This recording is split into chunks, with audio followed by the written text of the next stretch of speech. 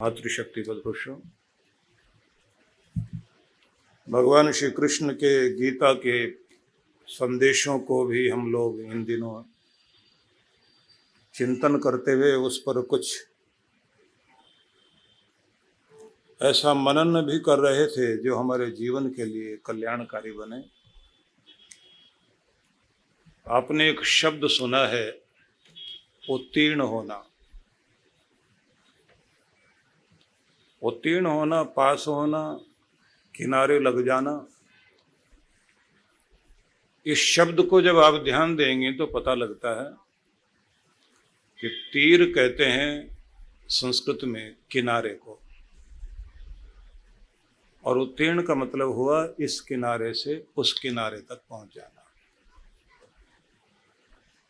आप जहां हैं उससे पार पहुंच जाना, उस जगह पहुंच जाना जो आपका लक्ष्य है।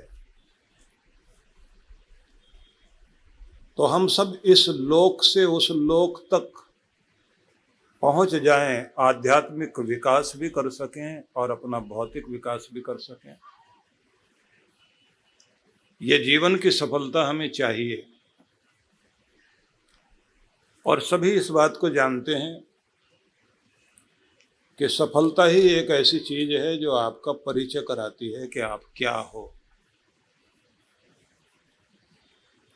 जब आप सफल हो जाते हैं तो आपका आत्मविश्वास बढ़ता है, और सफलता सफल लोगों के साथ बैठने का मौका देती है। जो बहुत दूर होते हैं उनको पास ले आती है। बहुत दूर के रिश्तेदार भी अपने आप को नजदीक का बताने लग जाते हैं। जिनसे रिश्ता नहीं होता वो भी कहेंगे दूर के रिश्तेदार हैं हम तो। और अगर आप सफल नहीं होते तो नजदीक वाले भी दूर का रिश्तेदार बताते हैं आपको, परिचय भी भूल जाते हैं आपका। लेकिन ये सफलता केवल इतनी ही नहीं चाहिए कि आप कुछ सांसारिक पदार्थ इकट्ठा करने में अपनी शक्ति लगाएं। आप लोग जानते हैं कि कितना भी शक्ति रखता हो बाज,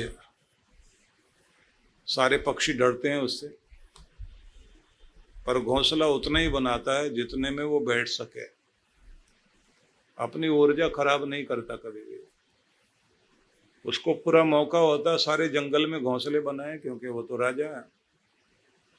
तो राजा होने का मतलब तो ये है कि सारे पेड़ उसके, सब जगह घोंसला बनाए।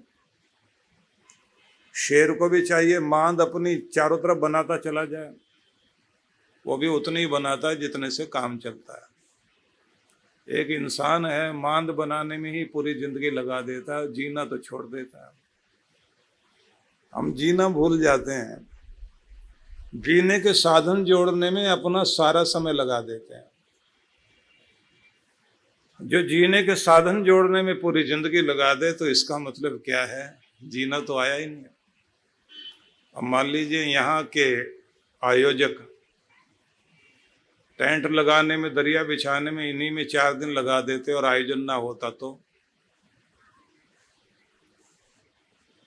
या ऐसे कह लीजिए कि किसी स्टेज पर किसी सितार वादक को कार्यक्रम प्रस्तुत करने का मौका दिया गया, और वो वहां बैठकर जो 10 मिनट का टाइम दिया गया उतने में उस सितार की खूंटियां खींचते हुए उसे ट्यून करने में ही लगा रहा, और 10 मिनट के बाद उसे कहा कि बस आ जाइए नीचे। अब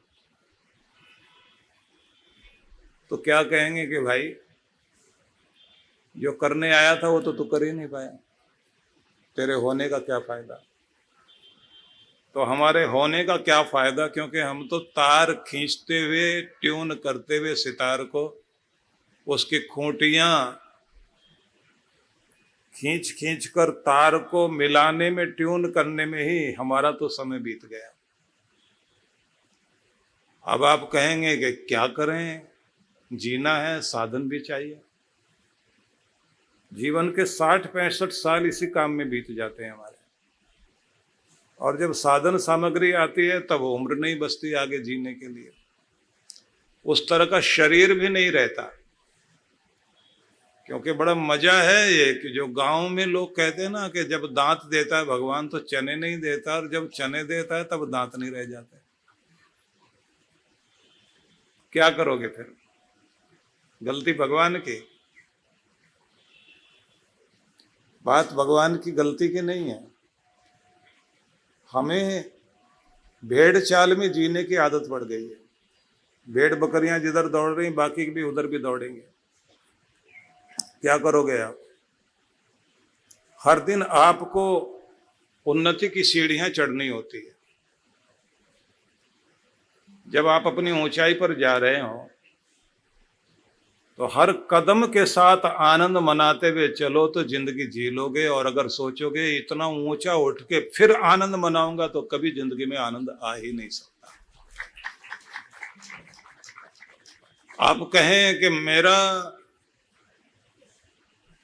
कुछ काम ऐसा जिसके कारण सिर दर्द रहता है, चिंता रहती है, दबाव रहता है, वो ठीक हो ना, फिर तो आनंद मनाए। ध्यान रखिए कि जब तक आपके पास जीवन है ये दबाव तो रहेंगे। इन्हीं में आनंद मनाना है, इन्हीं में खुश रहना है, क्योंकि भगवान ने ऐसी जिंदगी दी है, एक आंख में आंसू और दूसरी आंख में मुस्कान। इनका बैलेंस बनाते बनाते अगर आप जीना जानते हैं तो फिर जिंदगी है आपकी, नहीं तो गई हाथ से। इसलिए खुशी का पलड़ा भारी करिए।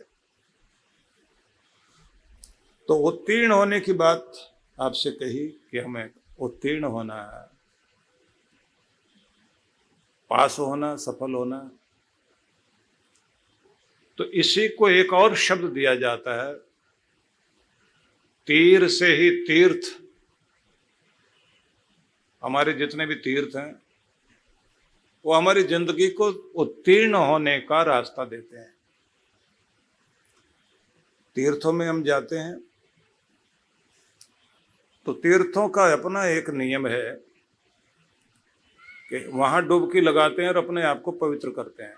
ज्यादातर तीर्थ जो है वो किसी सरोवर, नदी, पहाड़, इन सब के का सानिध्य साथ में होता है, या किसी तपस्या की स्थली कोई होती है, वो स्थान तीर्थ बन जाता है। तो उस जगह पर एक नियम माना जाता है कि गंगा गए आप, डुबकी लगाई, तो उससे भी ज्यादा आपको आंतरिक गंगा में डुबकी लगानी होती है।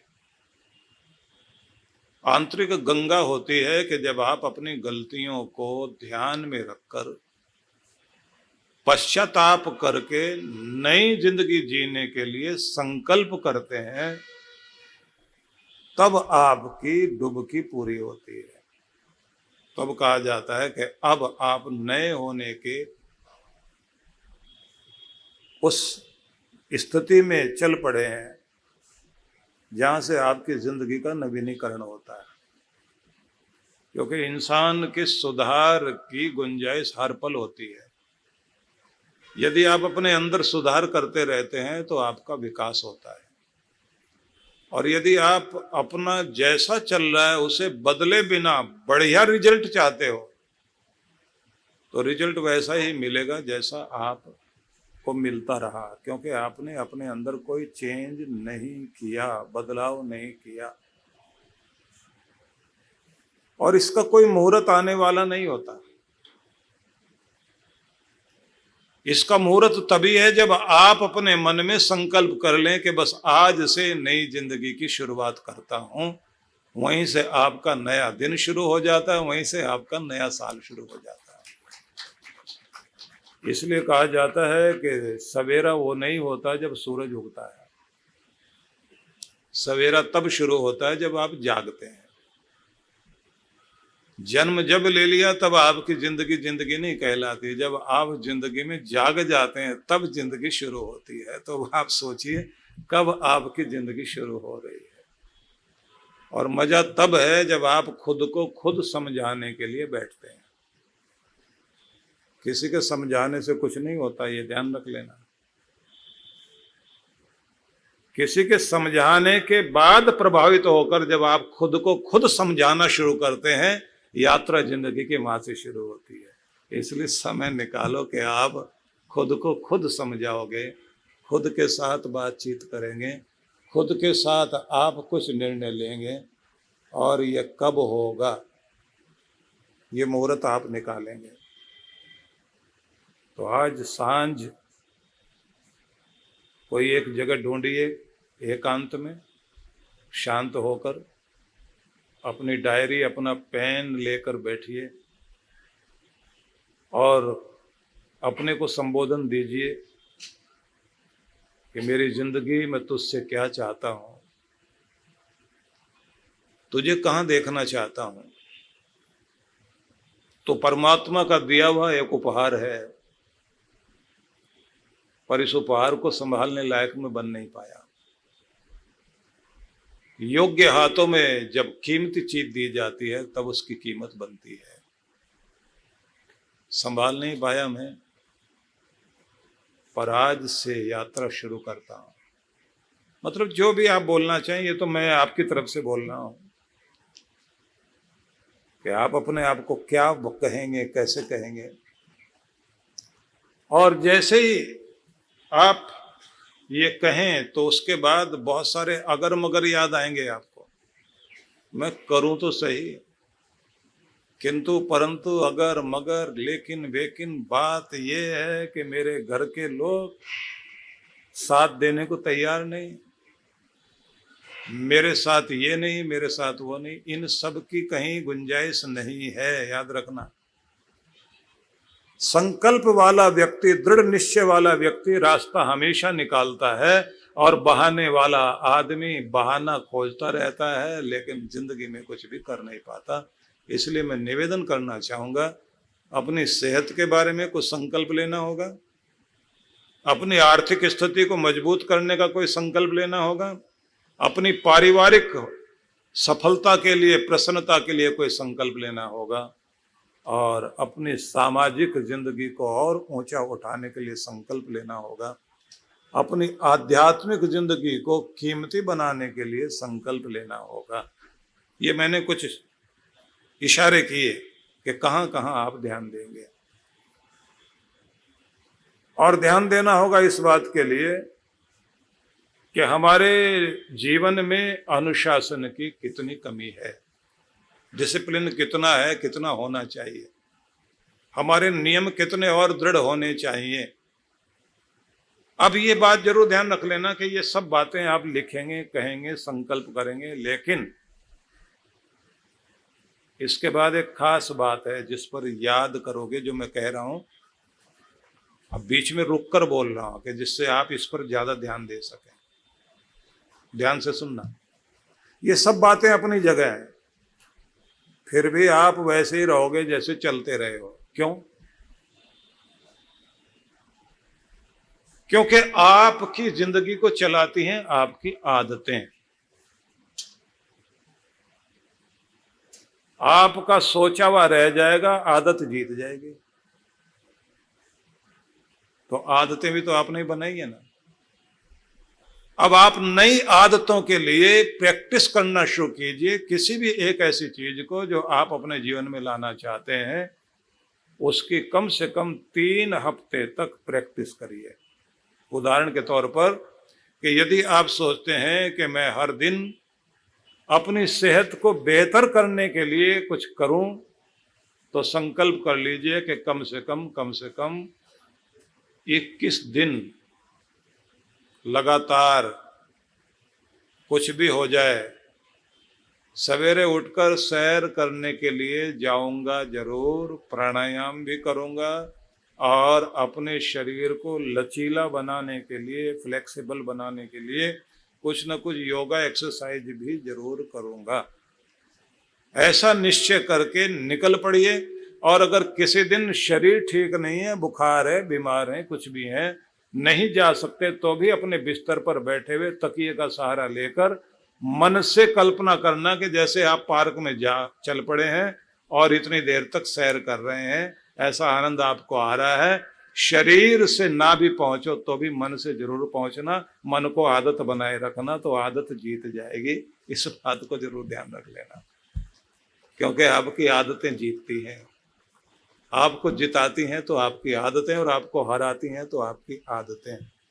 हिमालय की गोद में पहाड़ों की वादियों के बीच व्यास नदी के तट पर मनाली ध्यान साधना शिविर। जन्म जन्मांतरों की पीड़ाओं से बाहर निकलने के लिए चांद्रायण अद्भुत तप है। इस बार के ध्यान साधना के लिए कुछ विशेष कार्यक्रम रखे गए हैं। एक तो नित्य साधना कराई जाएगी, दूसरी होगी डिवाइन ब्लिस मेडिटेशन, तीसरी जो है वो दिव्य शक्ति साधना कहेंगे, जिसका मतलब होगा कि आप जो है विश्व शक्ति से कैसे जुड़ सकते हैं, और साथ में वॉकिंग मेडिटेशन भी इसके अंतर्गत होगा। मन को बहुत शांति मिली, एक अद्भुत आनंद प्राप्त हुआ। जिस माइंडसेट और जिस भारी मन से मैं आई हुई थी यहाँ पे, वो काफ़ी कम हुआ है। और every time whenever I come for this शिविर I feel something different, a new energy in me. Thank you to Maharaj Shri and thank you to all of you. तो आज ही पंजीकरण कराएं